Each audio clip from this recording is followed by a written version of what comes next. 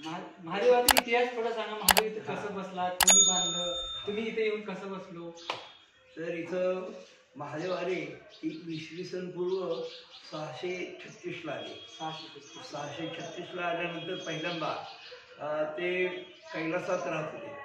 हां, हिमालयात. हिमालयातून परत त्यांचं भांडण झालं नवरा बायकोचं, त्यामुळे इथं आले. शंकर आणि पार्वतीसाठी पाठ खेळताना शंकर हारले असं त्या म्हणल्या आणि तुम्ही आता सर्वस्व सोडून जावं म्हणून ते इथं आले. इथं आल्यानंतर मग 636च्या दरम्यान यादवांचा राजा शिंगण होता. हा यादवांचा राजा शिंगण होता. तो शिंगण राजा मग शिंगण राजाला कुष्ठरोग झाला अंगाला. कुष्ठरोग झाल्यानंतर मग त्यांना गादीवरून हाकलून दिलं. हाकलून दिल्यानंतर काही दिवस त्यांनी तपश्चर्या केली शिंगण राजाने. शिंगण राजाने तपश्चर्या केल्यानंतर देव त्यांना प्रसन्न झाले. देव त्यांना प्रसन्न झाले. देव प्रसन्न झाल्यानंतर त्यांनी सांगितलं तू मी कैलास पर्वत शेवटचं टोक आहे सह्याद्री, तिथं मी वास केलेला आहे, तू तिथं ये. मग ते मजल दर करत शिंगणापूरला आले. असा त्या काळात दंडकारण्य होतं. दंडकारण्य दाट अशी करवंदीचे बोरीचे असे मोठे झाडे होते आणि त्याच्यात हिंस्र पशी पक्षी नाग साप वाघ सिंह असे मोठमोठे जनावरं राहत होते. मग ते त्यांनी बघितलं तर हे सगळं आहे म्हणल्यानंतर ते जरा थोडीशी घाबरलेली आहे. मग राजांनी विचार केला की आता काय करायचं. मग त्यांनी असा सारखा प्रवासच चालू ठेवला. काय घाबरले नाही म्हणजे की असू द्या काय घडायचं ते आता घडणार, आपल्याला शंभूचं दर्शन होणार, त्याच्यात काय घडल ते घडल म्हणून त्यांनी मग इथं येण्याचा प्रयत्न केला. इथं येण्याचा प्रयत्न केला तर सर्वसाधारण एक 200-250 किलोमीटर महादेव राहिले की परत एक दंडकारण्य लागलं मोठं. त्या दंडकारण्यात नीळगाई वनगाई अशा सर्व गाईचा कळपच्या कळप असतो आणि कळप असायचा आणि त्यांचा वेग हा माणसापेक्षा जास्त असायचा. जनावरांचा वेग माणसापेक्षा जास्त असायचा. मग त्या वनगाईचा वेग इतक्या जोरात असायचा की त्या राजाला दिसत तर लांब जायच्या निघून. असं करत तर राजा म्हणले की ह्या जिथं आहेत वनगाई हिंस्र कसे आहेत त्या आहेत म्हणल्यानंतर इथं जवळ आसपास कुठेतरी पाणी असणार आहे. मग पाणी असणार म्हणल्यानंतर तिथं कुठेतरी आपल्याला देव भेटते. म्हणून मग ती पाणी आहे म्हणल्यानंतर ते इथं आली. इथं आल्यानंतर मग त्यांनी बघितलं तर एक असं कुंड होतं. कुंड अमृत खालच्या बळीच्या मंदिरात तुम्ही ते मंदिर आहे, ते मेन मंदिर आहे.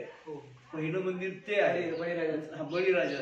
नंतर ते कारण का तर मी जसा हा माझा 150 वर्षापूर्वीचा बंगला आहे, हे वाडा आहे, त्याप्रमाणे 150 वर्षाच्या वाड्याप्रमाणे मग मी नवीन आता बंगला बांधला खाली. तसं मग ती वरती नंतर इमारत झाली मंदिरात. मग राजा आले. राजानंतर राजाने बघितलं तर त्यांना दिव्य दृष्टी दिसली की इथं त्या वनगाई येत होत्या.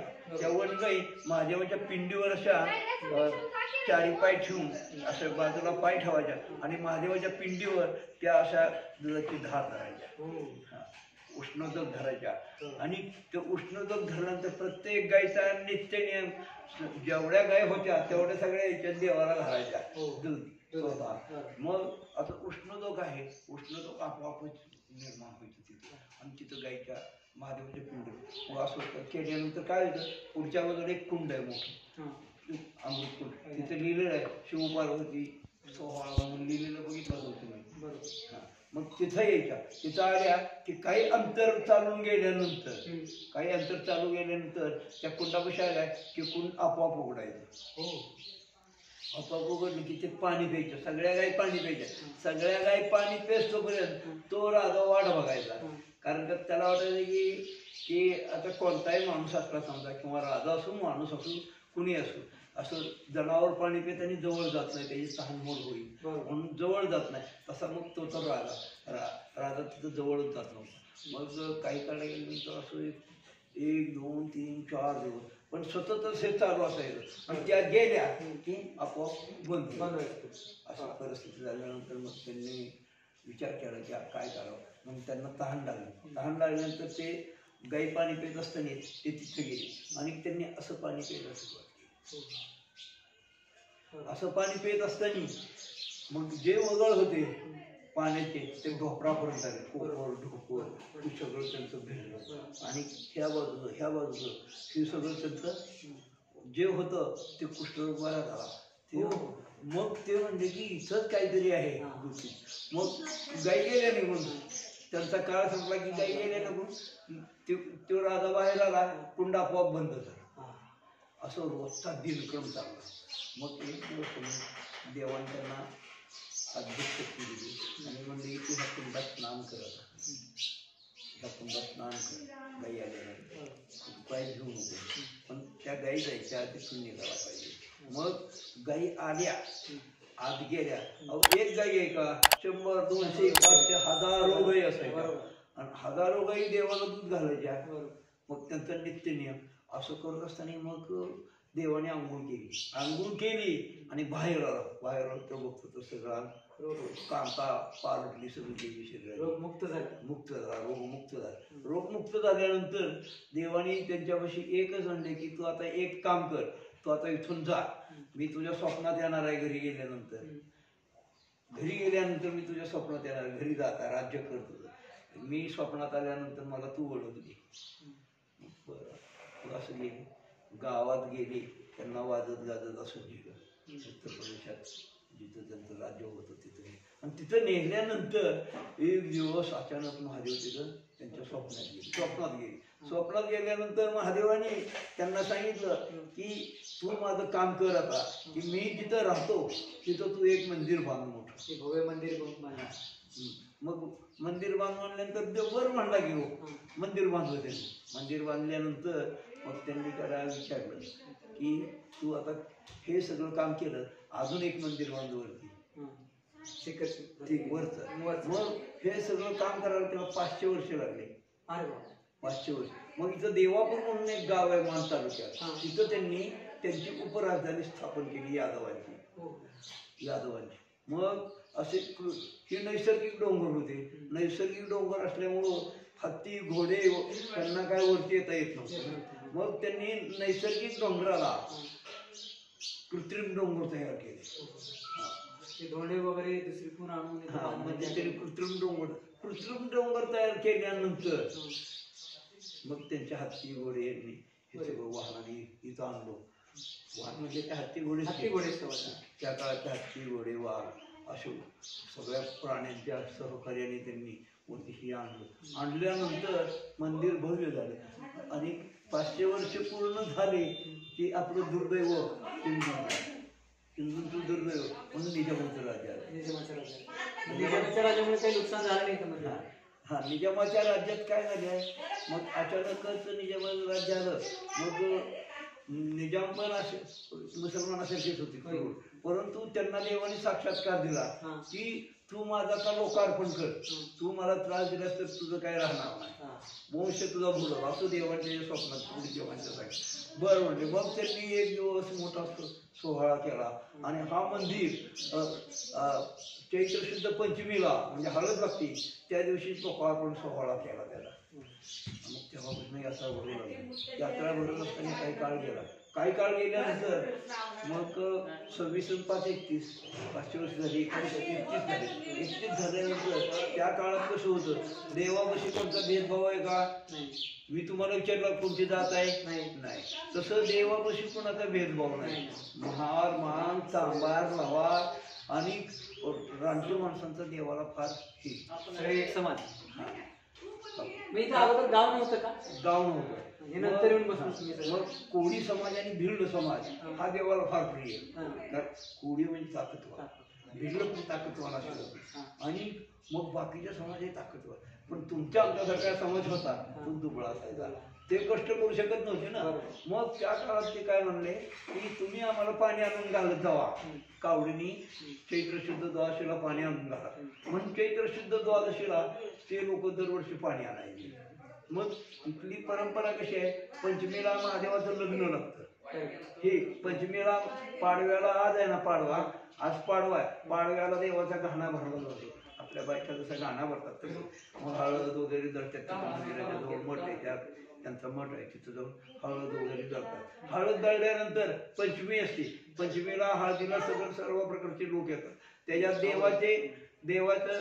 देवाचे मानकरी, नवऱ्याचे मानकरी, शंकराचे मानकरी आणि नवरीचे मानकरी, महादेवाचे मानकरी, नवरीचे मान असे दोघं पण असायचे. मग दोघांच्या हस्ते देवाला हळद लागायची. सगळा कार्यक्रम हे सगळे मानकरी आल्याशिवाय देवाला हळद लागत नाही. मग असं चालू झालं. मग अष्टमीला हळद लागल्यानंतर अष्टमी येते. हा, चैत्र शुद्ध अष्टमी. चैत्र शुद्ध अष्टमीला महादेवाचं लग्न झालं. सर्व जो सोहळा असतो तो होतो. एकादशीला एक राजा होता. त्या राजाला देव विसरले.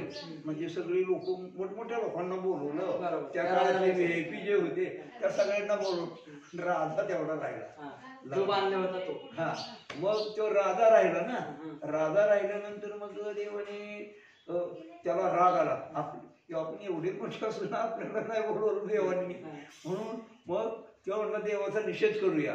निषेध करायचा म्हणून मग आता देवावर राग करायचा. म्हणून रागाने आला. रागाने आल्यानंतर त्यांनी काय केलं की इथं आल्यानंतर मग त्याला तुमच्यासारख्या लोकांनी समजवलं त्या काळात, तू देवावर रागू नकोस. हे संसार करणार शंकर पार्वती आहे त्यांच्यावर तू रागू काही वगैरे काय करू नको. बरं म्हणला.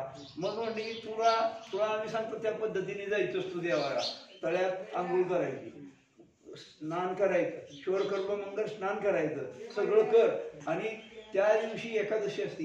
एकादशीला कोणता माणूस भाकरी, पिठलं, कांदा, लसणाची चटणी असं काही खात नाही. पण त्या दिवशी तो इथे त्या भागात म्हणजे बाजरी होती. मग ह्या भागात बाजरीची भाकरी करायला लोकांना आणि पिठलं, कांद्याचा घंटवा असं सगळं, लसणाची चटणी असं तो खाणार आणि देवाला येणार. देवाला येताना घोड्यावर येणार.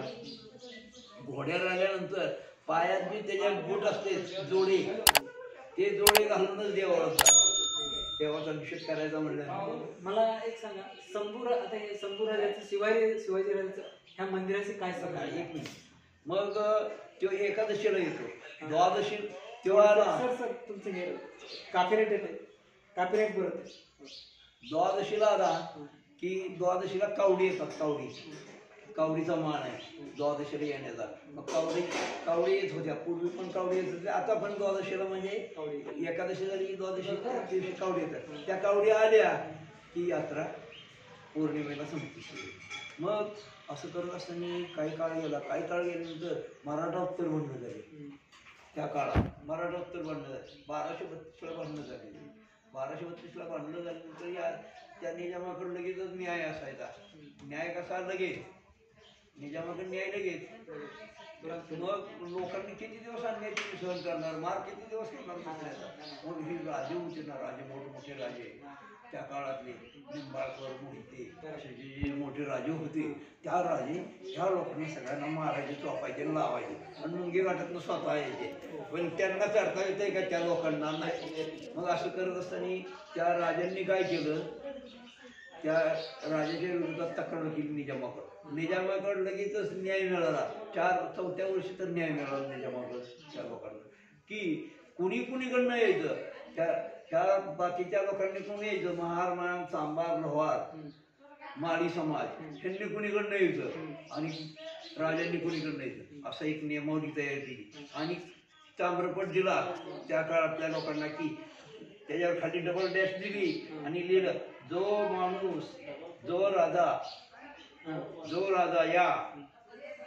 राजा या नियमाचं उल्लंघन करत त्याला योग्य राजा शासन करत. असं झालं. हे आता तळ वगैरे शाहू राजांनी बांधलं. एक मिनिट. योग्य ते राजा शासन. मग 1209-10च्या दरम्यान एक यात्रा भरली, मांढर देवीची यात्रा नाव ऐकून. तिथं मोठी दंगल झाली. दंगल झाल्यानंतर मग तिथं माणसांना लुटलं, सगळं झालं. माणसांना लुटल्यानंतर महाराष्ट्र सरकारने सगळ्या यात्रा बंद केल्या. मग सगळ्या यात्रा बंद केल्या. ही महादेवाची यात्रा आता येणारी चैत्र यात्रा बंद केली. परंतु ह्या ताम्रपठामुळेच फक्त यात्रा परत आहे तशीच चालू झाली. मग हे झालं पौराणिक कथा. आता ऐतिहासिक कथा असं आहे, थोड्या मध्ये शॉर्ट मध्ये सांगा. ऐतिहासिक कथा आहे की 1632ला निजाम गेले की महाराज आले, शिवाजी महाराज आले. संभाजी महाराज, शिवाजी महाराज, माधवजी राजे भोसले हे सगळे आले, शहाजी राजे भोसले. आधी मारोजी राजे, शहाजी राजे, शहाजी राजानंतर शिवाजी महाराज आले. तर मग शिवाजी महाराजांनंतर मारोजी राजांनी हे तळं बांधले. हे जी मोठा तलाव आहे तो 40 एकर. त्या काळात तेवढं माणूस येत होतं म्हणून तेवढा मोठा त्यांनी तलाव बांधला माणसांना पाणी पिण्यासाठी. मग 40 एकर तलाव बांधला. तलाव बांधल्यानंतर मग शिवाजी महाराज आले. शिवाजी महाराजांनी आपल्या हिंदू सणांचं रक्षण केलं म्हणून हे देवस्थान उदयनराजेंच्याकडे गेलं. कारण का हे जर तुमच्या आमच्यासारखे फिरू लागले तर त्यांना कोणी विचारणार नाही. म्हणून त्यांना अलिखित नियम आहे. त्या अलिखित नियमाप्रमाणे त्यांना हे सगळं घेऊन टाकलं सरकारने गपचूप. अजूनही त्यांनीच भोसले येऊन अजून त्यांचाच घोडा आहे. हा त्यांचं खाजगी देवस्थान आहे उदयनराजे भोसले. हा आणि हे माझं घर आहे. हे 150 वर्षापूर्वीचं सगळं घर आहे. या तुम्हाला दाखवतो.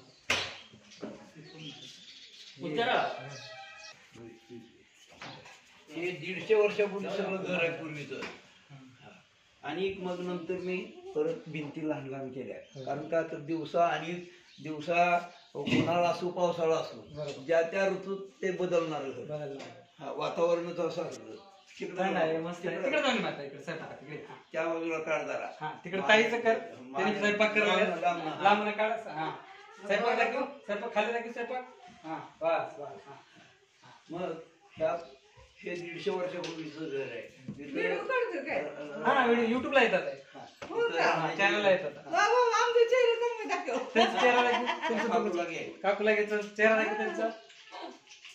तिथं बाहेर काढतो आपण बाहेर काढू.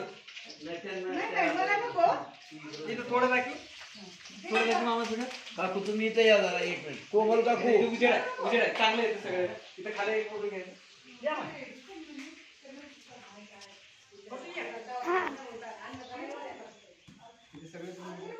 आणि इथे सगळी सुविधा आहे म्हणून सांगा.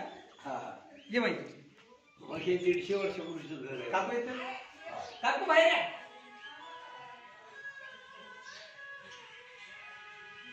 आमच्याकडे कसं असतंय गरीब माणसाला मी पैसे घेत नाही. आणि रोज अन्नदान वगैरे आपल्या इथं चालू आहे. 12 नंतर रोज अन्नदान चालू असतं.